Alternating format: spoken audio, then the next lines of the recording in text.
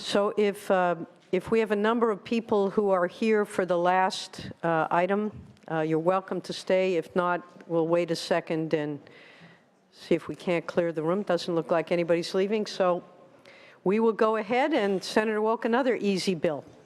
Yes, yes. Piece of cake. Madam Senator Chair, Wolk. members, 885 builds upon a previous bill 6 years ago that I did, SB 972, which regulated defense indemnity agreements between design professionals and public agencies. I'm sure many of you are surprised to see me in front of this committee. I generally do not carry this type of bill. But I have to tell you a little bit about how I became interested in this very narrow area. When I was on a city council years ago, we had a unique project. Well, the project wasn't unique, but there were roundabouts proposed, and at that time that was very unusual. They were designed and they were pretty interesting, and council was interested in doing them. At the time, I remember, I'm not an attorney. At the time, I noticed what appeared to me to be a pretty unreasonable indemnity requirement, or demand actually, of the design professionals who were part of this enormous project. And I remember thinking about that, talking to the city attorney, like a good council member should, and clearly was out of my element. I was in local government, was the agency protecting itself, and I understood that. And I always remembered that. The city attorney said to me, it's the way it's always been done. End of discussion. I always remembered that. And over time, as I ended up at the Board of Supervisors and then at the Assembly, I watched other bills go through, which are in your analysis, excellent analysis, by the way. One by Mr. Calderon, Assemblymember Calderon at the time, and then Assemblymember Jones, and watched them and got back involved in this area with 972, which was passed and signed by the governor. It was a difficult bill, as this one is, and the first hearings were just like this one. You had all the design professionals on one side, you had all the municipal agencies on the other. Probably not all, but identical. 855 states that design professionals only have the duty to defend when a lawsuit pertains to their own scope of work, and they will be obligated to reimburse reasonable defense costs incurred by other parties when at fault. Committee staff, by the way, have been working very diligently with the sponsors and the opponents, and I am very willing to accept their resulting amendments. I think they're pretty good.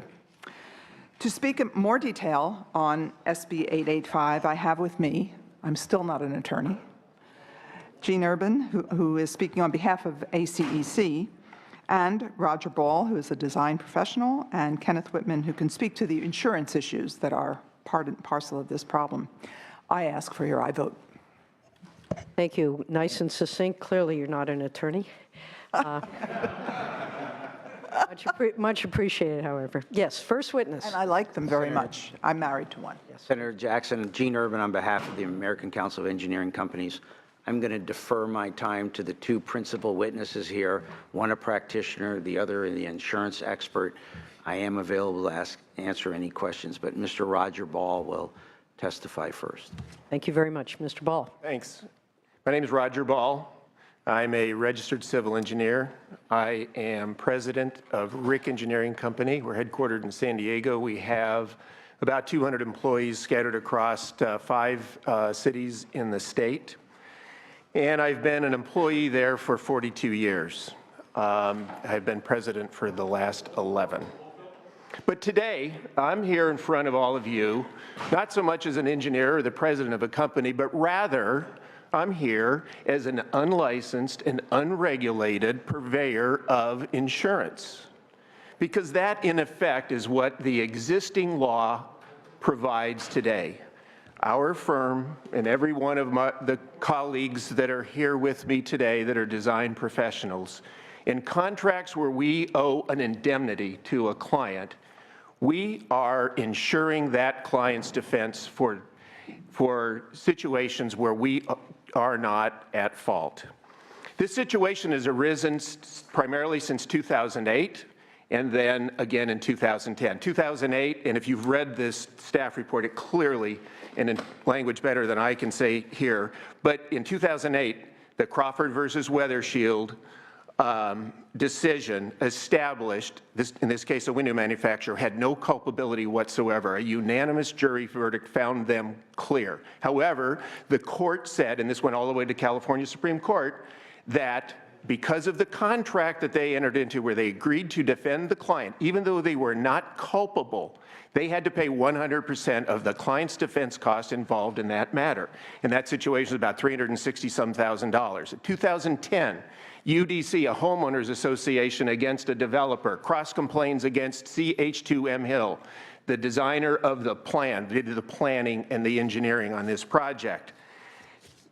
Same situation, all the way through to a unanimous jury verdict that found CH2M Hill not culpable, not responsible at all. However, based on the Crawford decision, and CH2M Hill, like other design professional firms like ours and like all of my colleagues here, they had no insurance to cover that. They had to pay over $500,000 out of their pocket to pay for that obligation to defend the client. They don't have insurance for that. That illustrates the nature of the beast. That's why we're here today. Those decisions from the court were not based on a determination as to whether that makes sense or is fair public policy. That wasn't part of it. The decision, their question wasn't whether it was fair. It was simply a matter of, does that what the contract allows? Is that what the law, the longstanding law in California for indemnity provides? And yes, it does. We don't disagree with that. We just say that the situation's unfair. Thank you, sir. I've given you 3 minutes already. Can you wrap it up in 30 seconds? I know it's a passionate subject, Yes. and Yes, I'm sorry. I don't in any way disabuse you of that. 30 seconds, please. Thank you. Our opponents argue that this is a simple business decision for us to put our companies at risk to accept these defense demands that are unquantifiable and uninsurable. I submit that many firms, ours and these others, walk away, and this situation is becoming increasingly worse. But this situation is exactly why we need your help. We need your help to remedy the situation, create fair public policy for contracts that involve design professionals. Thank you. Thank you, sir. Next witness, or will you? Good afternoon. I'm Ken Whitman. I'm Senior Vice President of Dealey Renton & Associates. We represent over 3,000 design firms, many of them which are small firms. Our clients stand behind their work, and their insurers will defend them for allegations of professional negligence, and to the extent of that negligence, pay for damages resulting from their mistakes. There's no question about that. Over the past few years, our clients have experienced a sharp increase in contract wordings, which include the obligation to pay their client's defense without any willingness to negotiate changes. As licensed professionals, engineers, and architects, prime responsibility is to protect the public's health, safety, and welfare as they provide professional services. I believe it's fair that these professionals be obligated to defend their work and pay damages arising from their mistakes, but not to pay the defense of other parties which they cannot insure. I encourage you to support this bill. Thank you. Thank you very much. Other witnesses in support, if you just step forward, give us your name, affiliation. Thank you. Mark Christian with the American Institute of Architects, California Council, in support. Thank you, sir. Anthony Hernandez with CH2M Hill. Thank you for the great committee analysis in support of this bill. Thank you. Ralph Simone, representing the California Land Surveyors Association, in support of the bill. Thank you. And we thought you were all here for the University of California. Ralph Gaidas, small business owner, support the bill. Thank you. Steve Dalrymple, principal with West Yost Associates, looking for fair treatment with In support. governments. Thank you. Harvey Oslick with Wood Rogers, consulting firm here in Sacramento, and I support the bill. Thank you. Simon Kim with AECOM. We have 90,000 professionals worldwide in infrastructure delivery. We are in firm support of this bill. Thank you. Tom Blackburn with Blackburn Consulting. We support small business. Thank you. I'm Martin McElroy, representing Shannon Wilson and also the California Geotechnical Engineers Association. We support the bill. Thank you, sir. Mark Gilligan, consulting structural engineer, sole practitioner, support the bill. Thank you, sir. Stephen Ball with Kleinfelder, 2,000 employees who are here to support the bill. Thank you. Jerome Pandel, I'm an attorney who represents design professionals. I support the bill. I'm also a facilities oversight committee member for a school district. Thank you. Ryan Kirsting with Bueller & Bueller, structural engineers with offices throughout the state. Please support this bill. Thank you. Larry Caprillion, principal with K&A Consulting Engineers, located in Irvine, California, and I support this bill. Thank you, sir. Abraham Phillip with Infrastructure Engineering Corporation, and we support this bill. Thank you. Mike Robertson, Baker Williams Engineering Group. We support this bill. Real quick, we were involved with litigation on a lawsuit that we had to tender the defense costs on a project we did not design. We support the bill. Well, that's a good trick. Okay, thank you, sir. Joseph Aldern with Terracon. We support this bill. Thank you. And we have a woman in the room. I was wondering when that was going to happen. Mahva Shawns with Big Skyders Associates, and we also support this bill. Thank you. Eddie Coe with Morton and Batallo, with offices in Sacramento, Folsom, and Fresno. We support this bill. Thank you, sir. Good afternoon. This is Doug Brewer. I'm with Intercon Environmental Services. We're a national company with 1,300 employees, engineers. We support this bill. Thank you. Thank you. Gary Antonucci with Muff Nickel Engineers, California-based corporation. We support this bill. Thank you. Dana Remington with Andrew Geomatics, and we support this bill. Thank you, sir. Good afternoon, Madam Chair. Jesse Urquidi with P2S Engineering, offices in San Diego and Long Beach. We support this bill. Thank you. Thank you. Gary Parikh Consultants, a small business. We support this bill. Thank you. Ravi Narayanan, Senior Project Manager with Mott McDonald, 16,000 people worldwide, 300 employees in California, and we support this bill. Thank you. Good evening, Debanik Chaudhary with Shannon and Wilson. We're a nationwide geotechnical company. We have an office in Sacramento. We support SB 885. Thank you. Thank you. My name is Yi Yang, representing Summit Engineering from Santa Rosa. We're a 40-person firm, and we support this bill. Thank you. I'm Brian Bullock with Somos, headquartered in Los Angeles. We're supporting this bill. Thank you.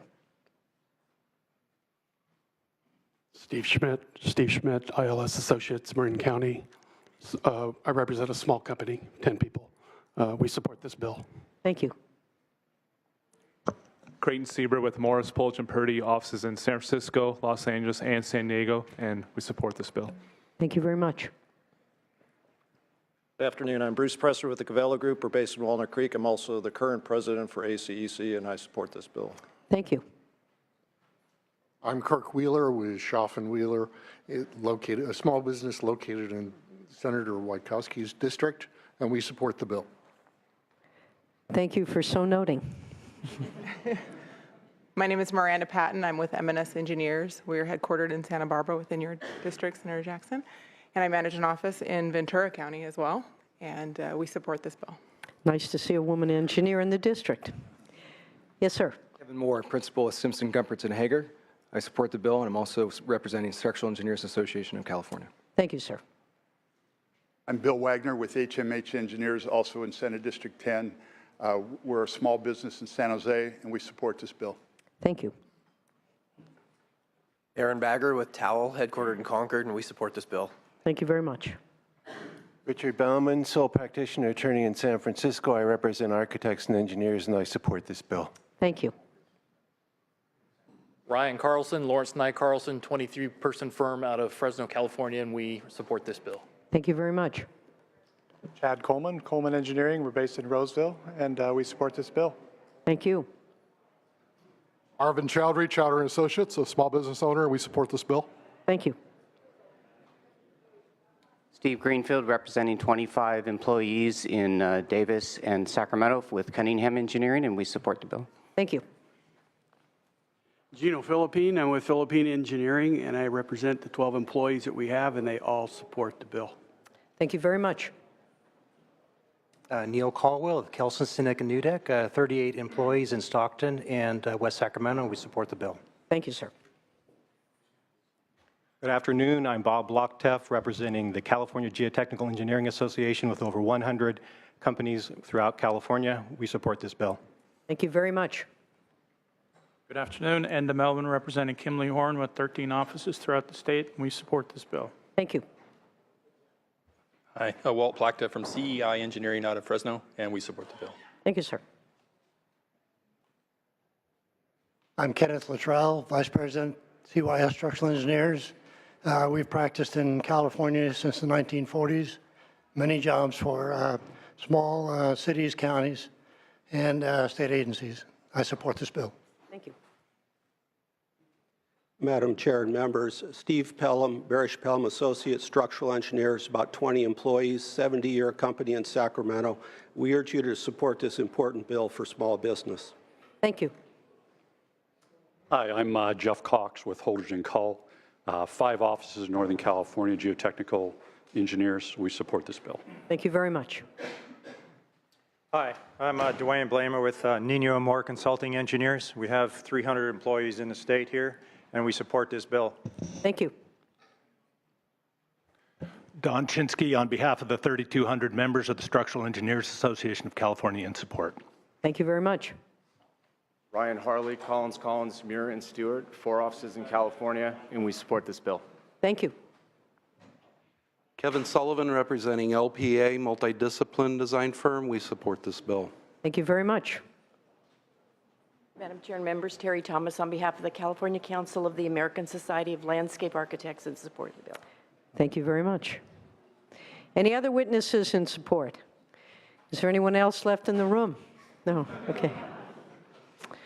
All right. Witnesses in opposition?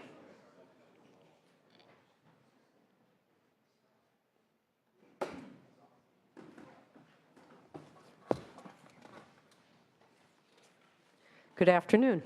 Good afternoon, Chair and members of the committee. My name is Claire Gibson, and I'm here on behalf of the League of California Cities as an attorney who specializes in public contracts and construction law. I'm also the mother of a design professional. We understand that the interesting conversation at dinner. We don't talk about it.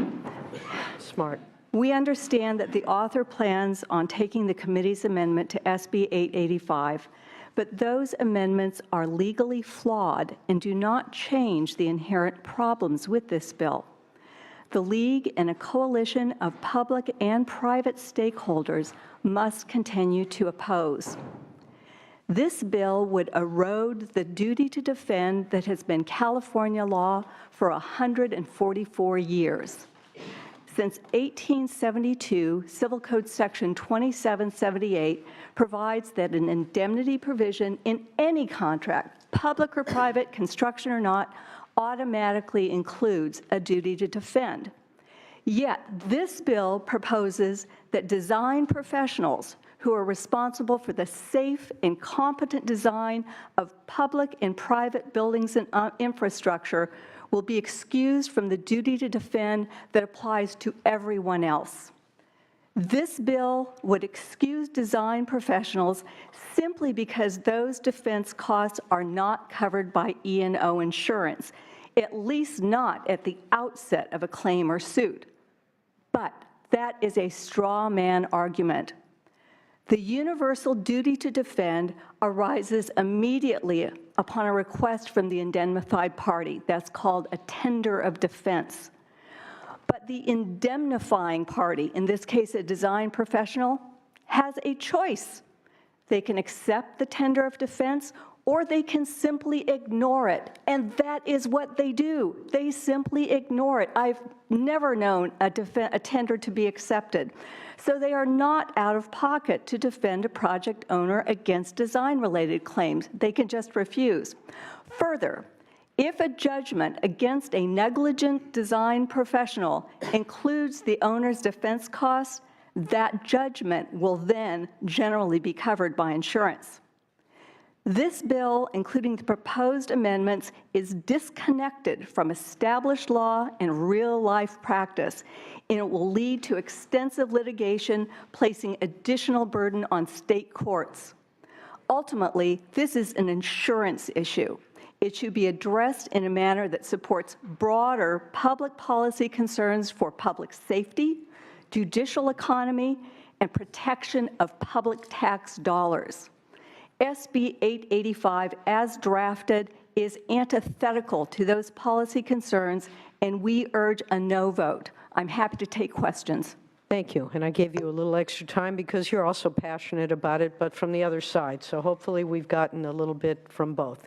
Try and be quick. 2 minutes, Madam if you Chair, Scott Governor, on behalf of the Construction Employers Association, we represent the largest signatory commercial industrial builders in the state. There's been a lot of talk about the kind of the owners and the design professionals. The problem with this bill is that there's another party involved, and that is the contractor.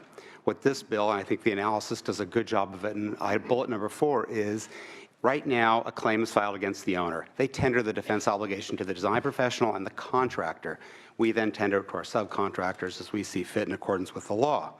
That creates an incentive to join the party and get the conflict resolved quickly. What the design professionals want is to say, we're out of it. We're going to give it all to the contractor, let them fight it out, and once it's resolved in court, then we can go back to them and try and get our money back. Through counterclaims, additional litigation, it won't work.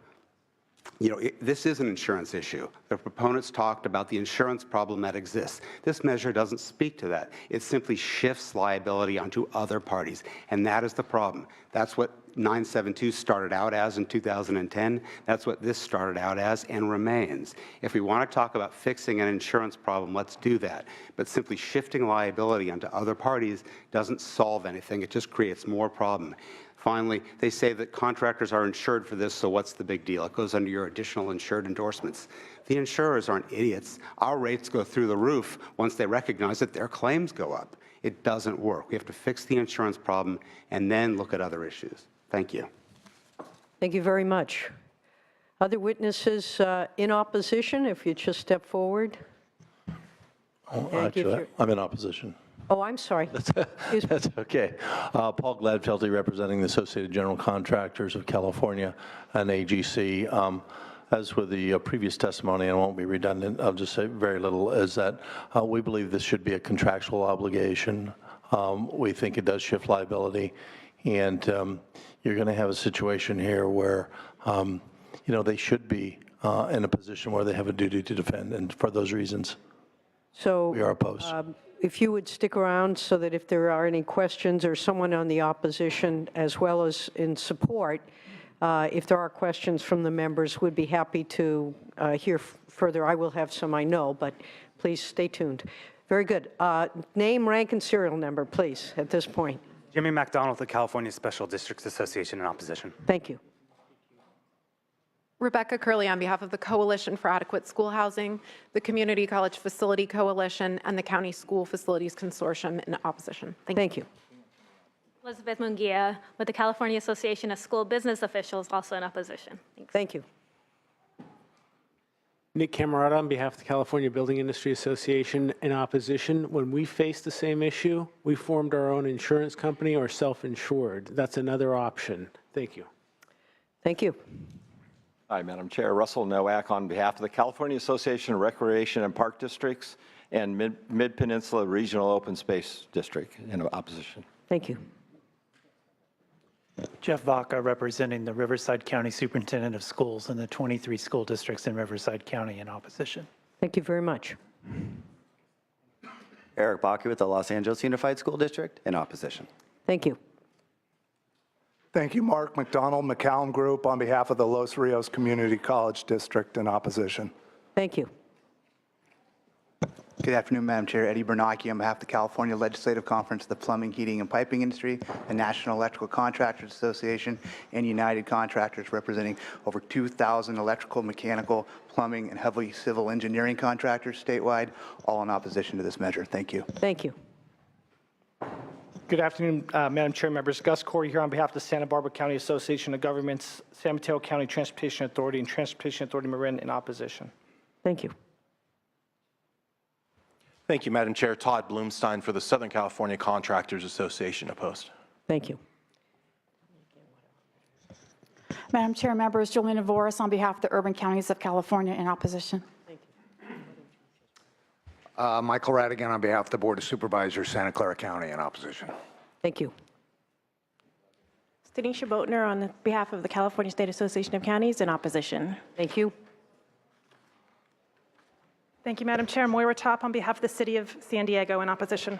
Thank you very much. Thank you, Madam Chair. Matt Robinson on behalf of the San Mateo County Transit District, as well as Caltrain, which carries about 60,000 people a day between Senator Wachowski and Senator Leno's districts, in opposition. You're well represented here, gentlemen. Michael Pimentel with the California Transit Association in opposition. Thank you. Madam Chair, members of the committee, Chris Walker on behalf of 300 signatory contractors who are members of the California Association of Sheet Metal and Air Conditioning Contractors. Thank you. Opposed? Thank you. Thank you, Madam Chair. Jared Voskel on behalf of the Santa Clara Valley Water District in opposition to 885. Thank you.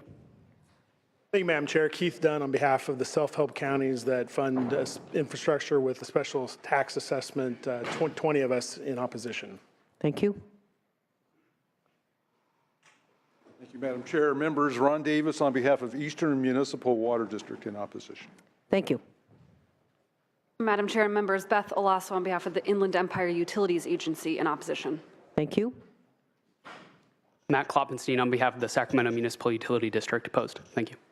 Thank you. Any other witnesses in opposition? All right. Anyone want to start the discussion from the committee, from the dais? All right. Well, I can do it if no one else wants to. I appreciate that the author has taken a number of amendments. This is a challenging issue, I think, for a variety of reasons. I do appreciate the observations by both those in support and opposition, because in general, the notion that one is required to indemnify and to pick up the legal fees, even if you're not ultimately held liable, it kind of strikes as antithetical to that sense of fairness that we all, I think, try to achieve, at least here in this building. On the other hand, the question then also becomes, do we want to favor one group over another in this process? And this is where my dilemma is. I don't think this is inherently fair to do this. On the other hand, if we give immunity, if you will, or if we carve out these folks, then the contractors end up holding the bag, or some other groups. And I guess the question becomes for me, and I'd ask the author of the bill, why or how do you respond to that we are carving something out for these, architects and design engineers, and yet they're the only ones that are getting the benefit of not having to, be called upon to agree to these contractual conditions, which, as I understand it, exist regardless or, who you are when you're contracting. Particularly, I note the opposition comes from cities and counties and special districts where taxpayer money, I suspect, is at issue.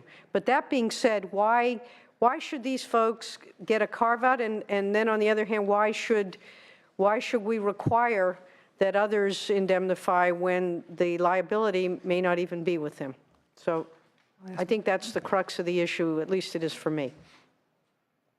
Thank you, Madam Chairman. From our perspective, the underlying issue is it's uninsurable.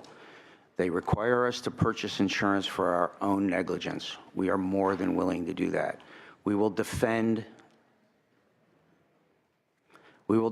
claims and lawsuits against ourselves.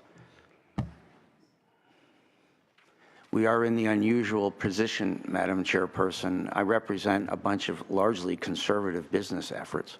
They would rather be sued by cross-complaint, by the traditional methods of civil procedure, than face this tender, which the indemnity knows is uninsurable and the indemnitor knows is uninsurable. What's the public policy there? What's the public policy of exposing a small to mid-sized firm to first dollar defense costs. It's not good public policy. I would suggest to you that we are trying to promote the public policy of having design professionals selected on the basis of reputation, skill, and experience, not their willingness to sign an uninsurable first dollar defense indemnity demand. And that right now is the predominant demand that we face when negotiating contracts. Are you prepared to sign this? If not, then we're not interested in retaining your services. That is a perversion of the public policy. We're not trying to evade our liability. There's no immunity in this bill. If we cause damage, we pay that up to the limits of our insurance and beyond if we have assets. What we are asking for is some balance. The indemnity laws are not pristine. They haven't been unchanged since 1872. We referred to them as the indemnity wars when their contractors and subcontractors engaged in 6 and 7 and 8 years of struggle here to try to more appropriately balance this first dollar defense obligation. That is what we are asking for, a better balance. We cannot find insurance. No one contests that. And the suggestion that we're going to fix the insurance market is cavalier at best. Okay, thank you. Would you like to respond to that? Yes, I would. Thank you. First off, I want to clarify, if you'll allow me to be a little legal here, that there is a difference between indemnity and defense. The indemnity, what we're talking about here is an indemnity obligation in a contract. The contract does not have to say there's a duty to defend. If it says there's an indemnity obligation, which is standard for contracts of many flavors, that indemnity obligation kicks in when there's a judgment or some claim that you have to pay out on. So yes, Madam Chair, I appreciate your response to the duty to defend, which arises separately, regardless of whether it's written into the contract, because of this law that's been on the books all these years. And I do understand the intuitive sense that, gee, you've got to defend somebody before you even know if they're responsible. I understand that that doesn't have a great feel to it, and yet it is the law and has been the law for 144 years, and I have yet to hear any articulable, compelling or public policy reason why this one group should be specially exempt from it. And I think this is going to really lead to problems in our courts just because this is running against the grain of such long-standing law. So would you respond to that? Why should this one group be exempted from this responsibility? Because it's uninsurable. We defend ourselves and at the same time pay their defense costs. We can find insurance to defend ourselves. We can't find insurance to pay their defense costs. And even if we get a defense verdict, we're still liable for that first dollar defense bill. And I would suggest to you that it is an insurance problem, but it's not going to be fixed.